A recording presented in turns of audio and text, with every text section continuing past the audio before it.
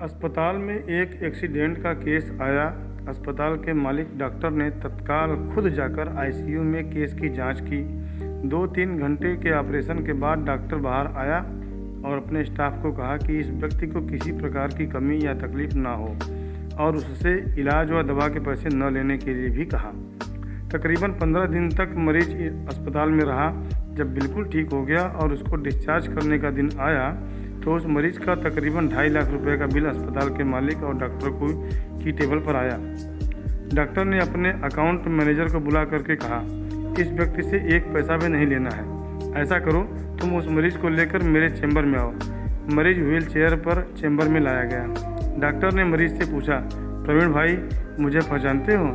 मरीज ने कहा, लगता तो है कि मैंने आपको कहीं देखा है। डॉक्टर ने कहा, याद करो, अंदाजन 2 साल पहले सूर्यास्त के समय शहर से दूर उस जंगल में तुमने एक गाड़ी ठीक की थी।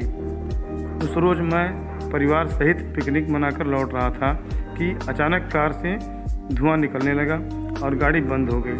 कार एक तरफ खड़ी कर हम लोगों ने चालू करने की कोशिश की, परंतु कार चालू नहीं हुई। अंधेरा थोड़ा थोड़ा घेरने लगा था। चारों ओर जंगल और सुनसान था।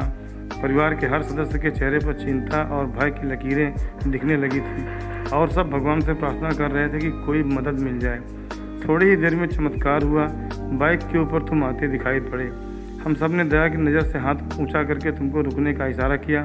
तुमने बाइक खड़ी करके हमारी परेशानी का कारण पूछा। तुमने कार का बोनट खोलकर चेक किया और कुछ ही क्षणों में कार चालू कर दी। हम सबके चेहरे पर खुशी की लहर दौड़ गई। हमको ऐसा लगा कि जैसे भगवान ने आकर आपको हमारे पास भेजा है, क्योंकि उस सुनसान जंगल में रात गुजारने के ख्याल मात्र से ही हमारे रोंगटे खड़े हो रहे थे। तुमने मुझे बताया था कि तुम एक गैरेज चलाते हो। मैंने तुम्हारा आभार जताते हुए कहा था कि रुपए पास होते हुए भी ऐसी मुश्किल समय में मदद नहीं मिलती। तुमने ऐसे कठिन समय में हमारी मदद की। इस मदद की कोई कीमत नहीं है, यह अमूल्य है। परंतु फिर भी मैं पूछना चाहता हूँ कि आपको कितने पैसे दे दूँ? उस समय तुमने मेरे आगे हाथ जोड़कर जो शब्द कहे थे, वह शब्द मेरे जीवन की प्रेरणा बन गए हैं। तुमने कहा था कि मेरा नियम और सिद्धांत है कि मैं मुश्किल में पड़े व्यक्ति की मदद के बदले कभी कुछ नहीं लेता। मेरी इस मजदूरी का हिसाब भगवान रखते हैं। उसी दिन मैंने सोचा कि जब एक सामान्य आय का व्यक्ति इस प्रकार के उच्च विचार रख सकता है और उनका संकल्प पूर्वक पालन कर सकता है, तो मैं क्यों नहीं कर सकता। और मैंने भी अपने जीवन में यही संकल्प ले लिया है। 2 साल हो गए हैं, मुझे कभी कोई कमी नहीं पड़ी। अपेक्षा पहले से भी अधिक मिल रहा है। यह अस्पताल मेरा है, तुम यहाँ मेरे मेहमान हो और तुम्हारे ही बताए हुए नियम के अनुसार मैं तुमसे कुछ भी नहीं ले सकता।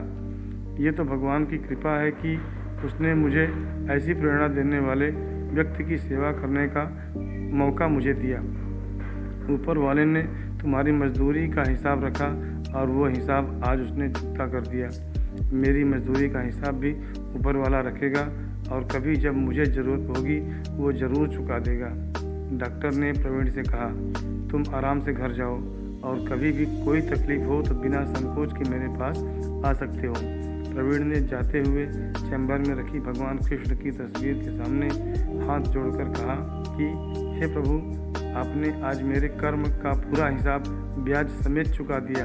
याद रखें कि एक बार भगवान चाहे माफ़ कर दे, परंतु कर्मों का हिसाब चुकाना ही पड़ता है।